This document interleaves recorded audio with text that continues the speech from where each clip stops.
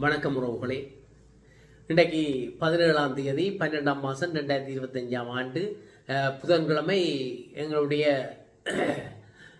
யாழ் மாவட்டத்தினுடைய யாழ் பல்கலைக்கழகத்தின் புவியியத்துறை பேராசிரியர் எங்களுடைய நாகமுத்து பிரதீபராஜ் சார் அவர்களுடைய வானிலை அறிக்கை ஒன்று வெளியாகியிருக்கிறது. இன்று புதன்கிழமை பிற்பகல் 3 மணிக்கு, இப்பொழுது நேரம் 5 மணி, 3 மணிக்கு அவர் தன்னுடைய முகநூலிலே அதை பதிவிட்டிருக்கிறார். ஆகையினால் எங்களுடைய உறவுகளுக்கும் அதை பகிர்ந்து கொள்வதில் நாம் மகிழ்வடைகிறோம்.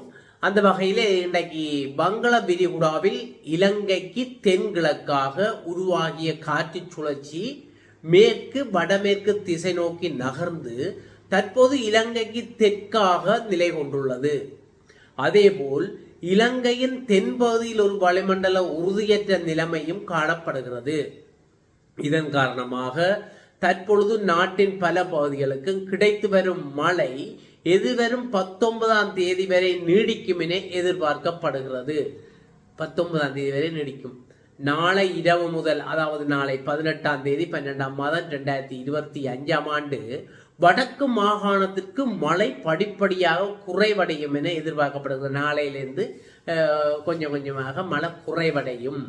ஆனால் கிழக்கு, ஊவா, மத்திய சப்ரகமுவ, தெற்கு மற்றும் மேற்கு மாகாணங்களுக்கு எதிர்வரும் 19ஆம் தேதி வரை மழை நீடிக்கும் வாய்ப்பு காணப்படுகிறது என்று சொல்லப்பட்டிருக்கிறது.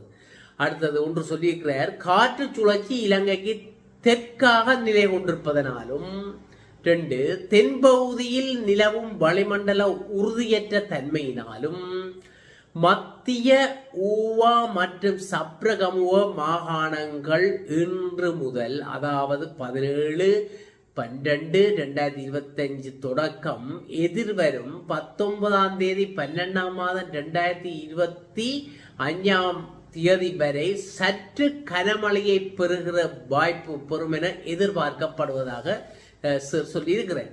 எனவே பதுளை, நுவரெலியா, கண்டி, மாத்தளை, கேகாலை மாவட்டங்களில் கனமழையோடு இணைந்த நிலச்சரிவு தொடர்பில் மக்கள் அவதானமாக இருப்பது அவசியமானதாகும். நிலச்சரிவுக்குத்தான் மக்கள் அவதானமாக இருக்கணும் என்று சொல்றார். கவனமாக இருக்கணும். எங்களுடைய உறவுகள் கவனமாக இருக்கும். மண் சரிவுகள் நடைபெறலாம். மண் சரிவு பகுதிகள் நடக்கிற பகுதிகளில் இருப்பவர்கள் உங்களுடைய பாதுகாப்பை நீங்களே பாதுகாத்துக் கொள்ளுங்கள். உங்களை நீங்களே பாதுகாத்துக் கொள்ளுங்கள். தயவு செய்து அவதானமாக இருங்கள். அதேவேளை கிழக்கு மாகாணத்தில் பல பகுதிகளுக்கும் மழை தொடர்ந்து கிடைத்து வருவதனாலும் கிழக்கு மாகாணத்திற்கு எதிர்வரும் 19ஆம் தேதி வரை மழை கிடைக்கும் என்பதனாலும் கிழக்கு மாகாணத்தில் குளங்களுக்கு நீரை கொண்டு வருகின்ற நீரேந்து பிரதேசங்களுக்கும் மழை தொடரும் என்பதனாலும் அந்த குளங்களுக்கு தண்ணியை கொண்டு வர அந்த பிரதேசங்கள், நீர் ஏந்தி கொண்டு வர அந்த பிரதேசங்களுக்கும் மழை தொடரும் என்பதனாலும் கிழக்கு மாகாண குளங்களுக்கு அதிகளவான நீர்வரத்து இருக்கும் என எதிர்பார்க்கப்படுகிறது. கிழக்கு மாகாணத்தில் உள்ள குளங்களுக்கு நீர்வரத்து விரைவாக வரும் என எதிர்பார்க்கப்படுகிறது. ஆகையினால் என்ன செய்யணும் என்று சொன்னால், குளத்து தாழ்வு பகுதியில் இருக்கும் மக்கள் அவதானமாக இருக்கணும். வடக்கு மாகாணத்தில் கடந்த சில நாட்களாக கிடைத்து வருகின்ற மிதமான மற்றும் கனமான மழை காரணமாக வடக்கு மாகாணத்தில் பல குளங்கள் வான் பாய்கின்ற நிலைமை காணப்படுகின்றது. அது வான் பாய் இப்ப திறந்து விட்டாச்சு. வான் பாய்ந்து கொண்டு இருக்கிறது. வான் கதவுகள் திறக்கப்பட்டிருக்கு. குளம் திறக்கையில வான் கதவுகள் மட்டும்தான், குளம் எல்லாம் போடும். வான் கதவுகள் திறக்கப்பட்டிருக்கிறது, பாய்கின்றன. எனினும் நாளை 18/12/2025 இரவு முதல் வடக்கு மாகாணத்துக்கு மழை குறைவடையும் வாய்ப்பு உள்ளது. அப்ப நாளைக்கு பிறகு கதவுகளை சாத்தக்கூடியதாக இருக்கும். ஆகையினால கவனமாகத்தான் இருக்கணும், அவதானமாக இருக்கணும்.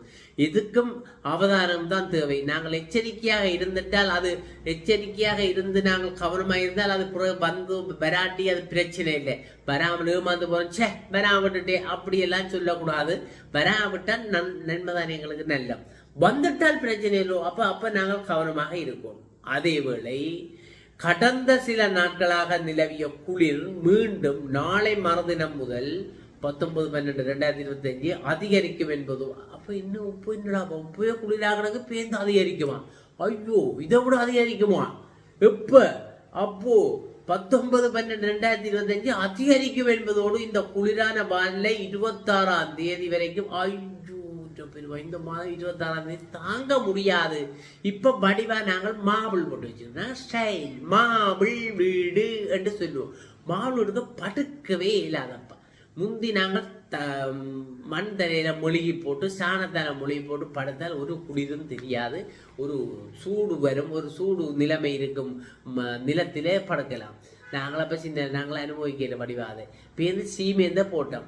சீமேந்து போட்டு ஒரு மாதிரி இருந்து ஒரு மாதிரி இப்போ குடிதான் இருந்தாலும் பரவாயில்லைன்னு போட்டு படுத்தோம். இப்போ அதை விட மாவுளை போட்டு வச்சுக்கிறோம். அது பட்டுக்கோமில இட்டுக்கோமில சும்மா சுள்ளன்னு குத்துது. வெளிநாட்டிலேருந்து வந்தவன் சொல்லிடும் அங்கே பரவாயில்லையா குளிர், இந்த குளிர் தாங்க முடியாமல் இருக்கா. வேண்டாம் அங்கே அவைக்கு கீட்டர் வரும். வீட்டுக்குலாம் கீட்டர் போட்டு வச்சு எங்களுக்கு யார் கீட்டார்? அடுப்பு மூடுறவங்க அடுப்பு இல்லை வீடுகளில். இப்போ அடுப்பு மூடோல் இல்லை, எல்லாம் கேஸ் அடுப்பு வைக்கிறாங்க, எல்லாம் மொழியை போட்டாங்க. அடுப்பும் இல்லை. அடுப்பில் காலை கையை கொடுத்தோன்னு கொஞ்சம் பக்கி ஏற்றலாம் என்றால் நெருப்பை எரிஞ்சு போட்டு அடுப்பு இல்லை. வெளியில் அடுப்பு மூட்டை இடமில்லை, மழை. அப்போ என்ன செய்யுது? அப்ப சொல்றேன். அதே வேளை கடந்த சில நாட்களாக நிலவிய குளிர் மீண்டுமா என்பதோடு இந்த குளிரான வானிலை 26ஆம் தேதி வரைக்கும் தொடரும் என எதிர்பார்க்கப்படுது. 26ஆம் தேதி என்ன நத்தார் முடிஞ்சு. நத்தாருக்கு நடுக்க குளிர் தானே. நத்தார் பாலம் புறப்போட பாரண்ட வருகையோடான் குளிர் போகுது கூட எங்களை விட்டுட்டு. அப்ப பாரண்ட வருகையும் ஒரு நல்ல வருகையாக அமைய வேண்டும். எங்களுக்கு வருகிற 25ஆம் தேதி பாலன் பிறக்க போறான். ஜேசுபாலன் பிறக்க போறான். எங்கள் நாட்டுக்கு நல்லது தர போறான். எங்களுடைய நாட்டை சுபிட்சமாக போறான். எங்கள் மக்களுடைய வாழ்க்கையை செழிப்பாக்க போறான் என்று அந்த பாலகனையும் வரவேற்றுக் கொண்டு நாங்கள் இந்த பாலை அரக்கையில் விடைபெற்றுக் கொள்கிறோம். நன்றியுடன் முருகன்.